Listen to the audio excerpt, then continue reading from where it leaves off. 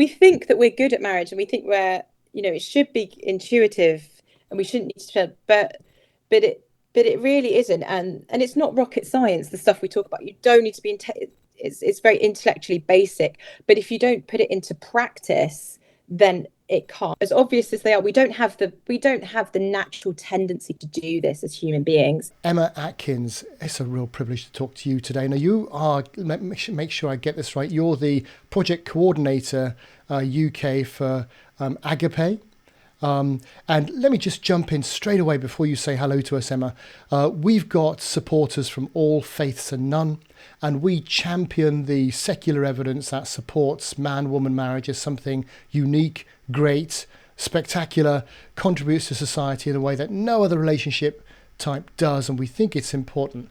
But a lot of our supporters will be Christians, and I know that Agapé will have a Christian background, but you reach out to anybody with your marriage advice too. Having said that, hello, Emma. Tell us a bit about yourself. Thanks, Tony. It's a privilege to be here on your podcast, and lovely to meet you now for the second time. You spoke on my podcast last week, and so it's lovely to be able to collaborate together. So as you mentioned, I work for Agapé UK, and as an organisation, we're helping people discover Jesus together in all different walks of life. I work with Family Life. I am the current regional coordinator, and Family Life is working in the space of relationships. We're adorning the gospel through flourishing marriages, and our resources. We have three core resources: a marriage day called A Day Together, a Together small group Bible study course, and thirdly an app called TwoCan, which I'm sure I'll get into talking about later. And through these three resources, we're equipping couples to grow and enrich their marriages. So that's primarily the work of Family Life, but as I've said, it comes under the umbrella of Agapé, which has a broader mission to connect people to Jesus. Yeah, great. And what, I mean, if I could ask bluntly, why bother? I mean, why not just leave people to get on with their own marriages, their own ways if they want to? Why interfere with people's private lives? That's a great question, Tony. I think, from talking to you actually in our podcast that we're launching, or the Why Marriage podcast, it really has a social dimension. Marriage, it's what I'm discovering. It's not just a personal issue. The personal is the political, which is an old feminist slogan. It really is. It's not just private. The personal. It's a societal, nationwide issue that affects children, it affects the economy, it affects personal happiness, politics, and it really does affect us as a whole being, as a whole community. So it's not just what happens privately. It affects us on every level, and marriage really is the building block of society. We have good marriages and flourishing families, we have a stronger society, a stronger UK, stronger world. But I'm not primarily interested in marriage for its socio-political benefits, which I know are significant. I know your organisation, Tony, does a lot of work on that. We're thinking about marriage from a personal sort of pastoral perspective. We want to help people, want to serve people at the level of them. We know how painful a struggling marriage can be at an individual level, and for children and for future generations. We also want to serve people on a spiritual level and to help people along the road on their spiritual journey. And we know marriage is a really sensitive and personal issue. And once you connect with a person's marriage, you're connecting with people at the deepest level. And we want to help people take that soul journey, that spiritual journey, which we believe is what makes a person whole and well and truly flourishing. And once a person's soul can be flourishing, they will see fruit in every area of their lives. Yeah, great. And let's get into some of your stuff then. So, and I said, I think before we were recording that I think the more people operating in the marriage space, the better to support and promote healthy marriages. So I don't see it as competition. I see it as collaboration. You know, I spend a lot of my time traveling up and down the country doing family conferences, marriage courses, pre-marriage stuff, all sorts of things like that, helping couples in groups and individually, because again, it's a passion. You want to see people flourishing and thriving. A, because it's great for them, but B, because strong nations are built on strong Mm, marriages, yeah. fundamentally the case. And history shows that unequivocally. So we're really passionate about doing that, just as you are. Let's go into some of those different events that you do. What's the difference between the two? Why would people look at one instead of the other? Let's also remember that well, you tell me, you don't have to be a Christian to come to one of your events. No. So, as you've mentioned, Tony, we offer three core resources. So, a day together is a day seminar. That's its unique selling point, that it is just a day commitment, usually put on at a church, but it could be put on at any venue where there's an organizational structure. It could be, we've had them in garden centres, we've had them in social clubs. And the idea is it's in special time together away with your spouse. So that's what's special about it, that you can put everything aside and have undivided, devoted attention to your spouse, focusing on your marriage. And you have couple time, so you have key time to actually talk through some of those potentially more sensitive or contentious issues, away from the distractions of home life and busyness, where these important issues do not necessarily have their space, and they can become a basis for conflict when addressed in the busyness of day-to-day life. So you're giving these issues the time and the proper attention that they need to discuss them properly, and at a heart-to-heart level, which is so rare in our busy day-to-day lives. We are such a busy society. So that's really the value. It's that carved out time away where couples together can just spend time together. And it's inspiring because you have live couples, and these couples are sharing honestly on. As in no dead ones. I mean, that's good news. No, And you should put that on your poster. No dead people will be there. I love it. yeah, exactly. We have a live people, Tony. So that's our unique selling point as well. Yeah, yeah. I know But what you mean. yeah. So our couples, they're not just facilitating material, and they're not holding themselves up as models of perfection either. They're not teaching this is how you do marriage. They're sharing through failure. They're sharing through brokenness. They're sharing um, at times how God helped them, or at other times just how these tools help them through really difficult and hopeless times in their marriage. And so I think that sparks something when couples come. They see vulnerability, and it's inspiring. It's inspiring to hear real life stories, and often parts of the delegate stories chime with or connect with parts of the couple's own stories, and it really inspires something deeper. We often see often couples coming up to speak to our speaker couples at the end for further conversation or further advice and support. And it's inspiring to see, hey, you got through this tough time in your marriage. There's hope for us.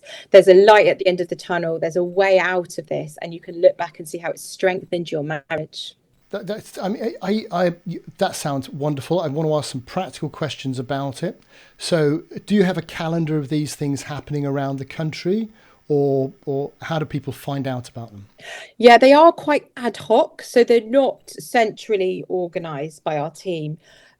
We don't. Our model is such as that we're facilitating and empowering churches or volunteer couples to Okay. run their own events. So they're So not. much like us, people will invite you Yeah, along to host, and yeah. yeah, okay. We produce like an organisers pack that we want to put into the hands of the organisers, and we give them step-by-step instructions as to how to run this day.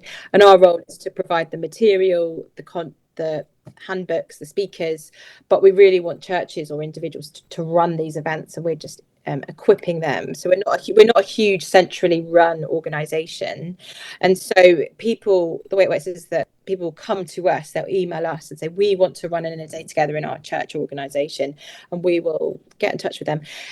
So as such, we don't have a centrally organised programme, but there is one running in Cambridge on the 4th of October. If you look at our website, it's a daytogether.org. You can see upcoming events, and the next one Oh, right. is So in you October. advertise the upcoming ones on your website, and then that's open to members of the public. Is that what you're saying, or Yeah, exactly. Let me just look. right? There's an events tab on our website, and it Yep. just shows, yeah, it just shows upcoming events, Okay. And and you can click is there a charge? yes. So each event is tailored to the church organization that's running it, and so different churches will charge different amounts, and they'll do it in different ways. So some will, that varies. So the one that happened in Bournemouth, which was the most recent one in May, they charged £20 per couple, and lunch was provided. But some churches charge less because it's your event, you tailor it to your needs. Coalition for Marriage is free. I'll just drop that in there. But no, Yeah. nothing's free, is it? Because someone's got to pay for it somewhere down the Yeah. line. The other thing, which I think you mentioned in your material that you sent me, is that you needn't feel someone's going to ask you to start speaking in public about your marriage. Because again, that terrifies people, the thought of, not doing that. Thank you. Yes, that's one of the things we like to make really clear off the bat, to kind of demystify the event, that there's going to be no role play, no group exercise. You don't even need to talk to anyone else that's there. There's no embarrassing sharing or group therapy, nothing like that. It's a totally private experience between you and your spouse. So everything is done in the couple time between you and your spouse. You take it at your own pace. You've got individual exercises that you do together. Like there are 5 interspersed couple times of about 20 minutes each. And that's just for you and your spouse to talk through things together. So nothing exposing or embarrassing. You won't be asked to do anything that you don't want to do. And you cover a lot of the classic stuff that you would expect, which is great. And I suppose the other point I would want to make is that this isn't, I mean, it's great for couples that might be having some difficulty, but it's also great for couples that aren't, because I often use the kind of garden analogy. The very best gardens are the ones that have constant maintenance, and that's how you keep them looking the best. And this is just a form of constant maintenance. And it just like any form of counselling, no one's going to give you answers, but they're just going to provide you with the framework and the space to find the answers yourself. That's the great thing. Yeah, exactly, Tony. I really like how you've put that with the gardening. It's really inspiring. That I think this does work best for people who have strong marriages, or I mean, great for people who are struggling, but you don't have to be struggling to attend a day together. And it's the reality that I think we don't always acknowledge in society, in any area of society, really, that marriage does take work. It's not a passive experience. It's not an automatic thing. But you're absolutely right. It does take work, but it also, you're not naturally good at doing that work on your exactly. own. That's the thing I find going around. It's like this is all obvious when people hear it, but they wouldn't have come across it on their own. We think that we're good at marriage, and we think it should be intuitive, and we shouldn't need to, but it really isn't, and it's not rocket science. The stuff we talk about, you don't need to be it's very intellectually basic, but if you don't put it into practice, then it can't. Our marriages, as obvious as they are, we don't have the natural tendency to do this as human beings. Our natural bent is towards selfishness. We bend away from loving others. It's not natural. We have to train ourselves daily. We have to teach ourselves, remind ourselves, and be very intentional about putting these things in practice ongoingly. Yeah, that's right. That's right. And that aspect that, your marriage isn't just about the two of you. It's actually about society. It's about the country. It's about, you could really go to town, prosperity of a nation, all those things, because the covenant of marriage, which is the lifelong commitment of one man and one woman dedicated to each other and selflessly dedicated to the best interests of the other person in order to make the marriage successful, which is overarching again. It's quite something. And, having people the opportunity to think about that and then think about how to go about that and just the basic stuff, which I find so many people haven't really realized, and I get that, there's a lot of overlap between personality traits between men and women, but statistically speaking, there are general differences which people still remain unaware of. And it doesn't mean that one is better than the other. It just means that actually you work really well together once you realize that that's just the way things are and accept it and work around it, then, it can be transformative. Yeah, absolutely. The complementary nature of men and women working together. And it doesn't necessarily have to mean that all men fit into a certain stereotype, or all women fit into a certain stereotype, or even that the man has to do the typical gender role of being the primary worker, and the woman is best suited to stay at home all the time. You can't stereotype and pigeonhole. There are statistical generalities which are really useful and helpful to know, but you can't stereotype and pigeonhole. You're absolutely correct. So that's that day, which sounds really useful, and sounds, again, is you'll cover a lot of the communication type stuff that we're all, you and I and people that do the sort of work that you and I do will be familiar with, but so many people aren't, and is absolutely essential to just working out, right, okay, he doesn't or she doesn't fundamentally disrespect me. It's just that we're communicating in different ways and we hadn't realized that, and all those kind of profound things. So that's that day, which sounds brilliant. What about your second offering? Yeah, so sure. Our second offering is the Together small group resource. It's for small groups to learn practical tools and what the Bible teaches about marriage. So if after a day together you're wanting to go deeper into the things that you've been learning about, or if you'd like to explore the biblical basis for marriage, the spiritual dimension, this is a good next step for you. So we look at growing even closer through our communication, finding unity through God's purpose and plan for marriage, expressing love through emotional intimacy, facing life's relationship challenges with God, handling our feelings constructively, living positively with our differences, deepening physical and spiritual intimacy, fitting together as husbands and wives, and leaving a legacy that will last forever. So a much broader range of topics. You'll go deeper into them. You're looking at the biblical basis, and you're doing them with a group, with 3 or 4, or probably maximum 4 other couples. So you get to discuss as a group. Again, privately, there's a couple times, so you discuss personal things just in your couple, but you're going on a journey with other couples together. Great. And is that in the same way? Is that normally hosted by a church or something? Anybody can order our books from our shop, from the Agapé Resources Centre, and it's normally designed to be done in a small group format. So usually, probably church small group will decide to order it for the group and lead it as a small group. Myself and my husband have actually been leading our last 3 together groups online, on a Zoom format, because we are at that age where we do have young children, and finding a babysitter every week is going to be a challenge. We use the Zoom medium to have our group sessions with other couples, and it just so we do it online, so we don't have the in-person. So normally the in-person format would involve maybe a meal or some hospitality, a pudding or something at the beginning, just to kind of connect as a group, and then you get into the session. But it works just as well online. And is it a one-off again, or is it a series of evenings? Or it's 9 weeks. It's a 9-week session, but with couple times in the intervening weeks.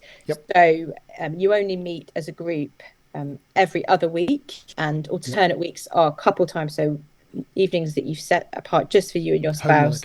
Homework, exactly. And it's that face-to-face time, that's where the gold and where the magic happens. It's that structured plan, face-to-face time with your spouse. I love that. I love it. Yeah, and you deal with the issue which a lot of people don't deal with. We do, actually, but the issue of what legacy are you going to leave? Because actually your marriage will leave a legacy. Whether you focus on deciding what that legacy is or not, you will be leaving a legacy. Absolutely. And that session particularly focuses on the spiritual legacy.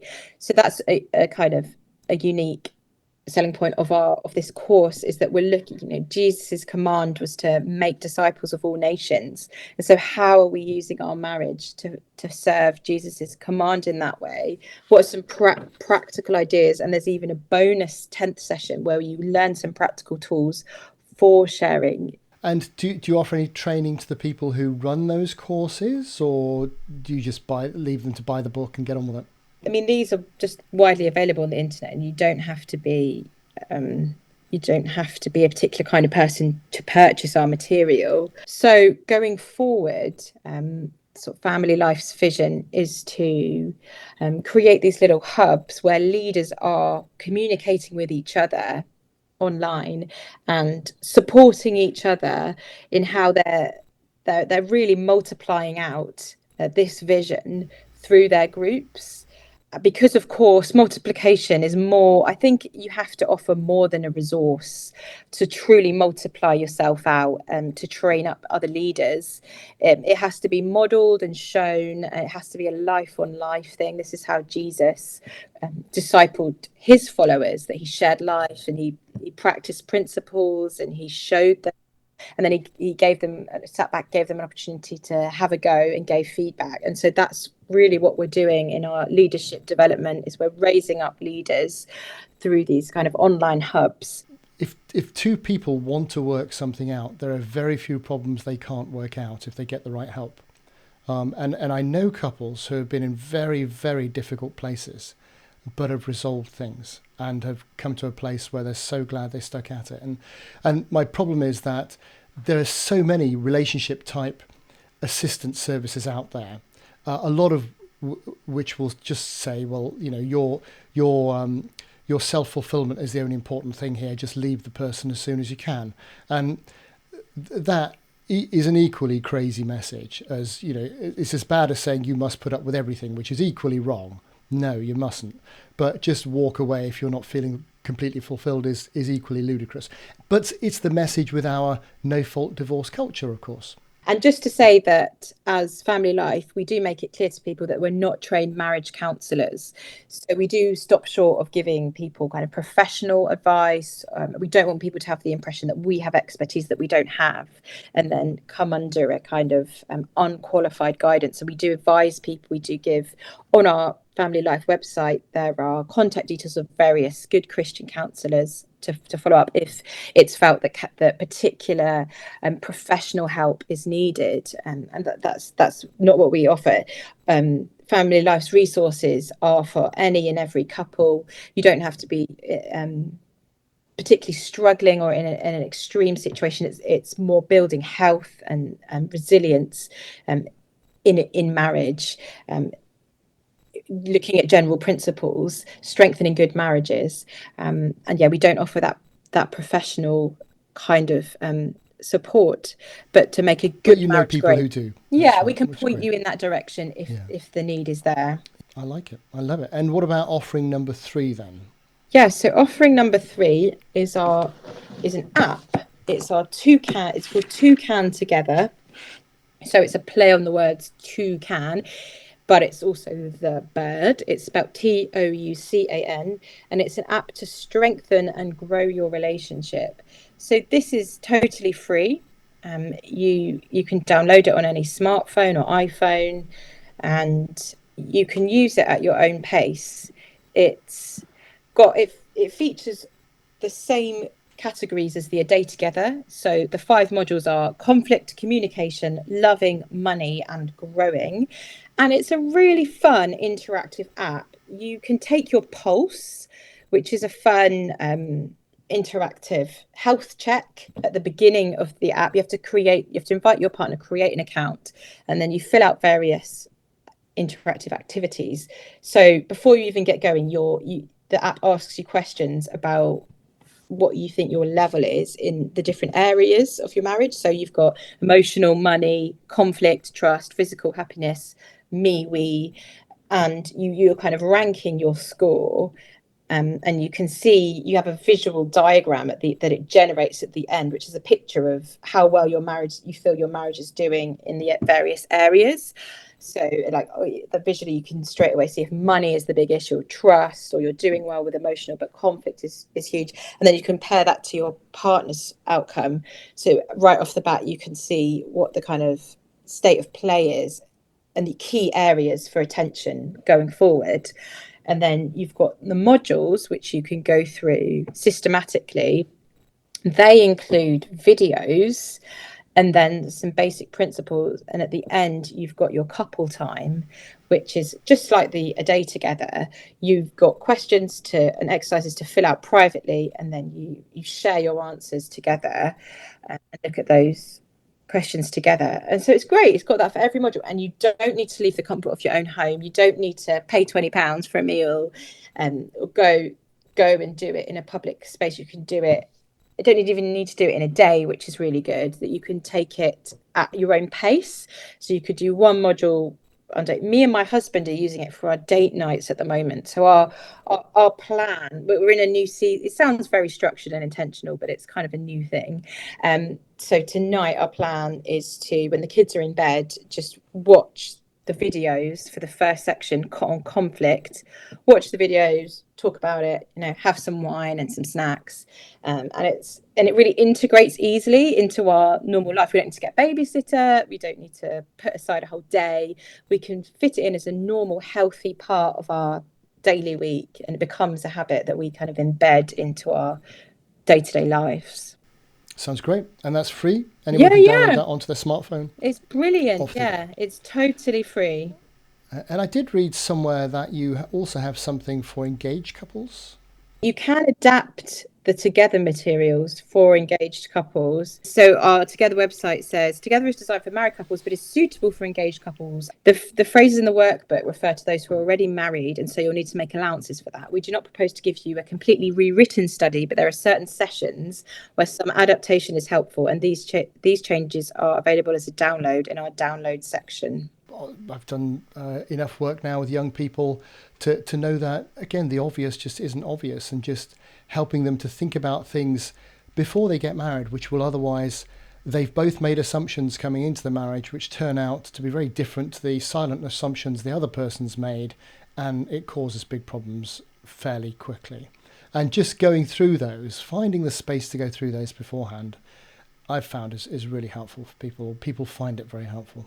There's a special version of the exercises for engaged couples. Great. So for example, for session 2, finding unity through God's purpose and plan for marriage, there's a scale.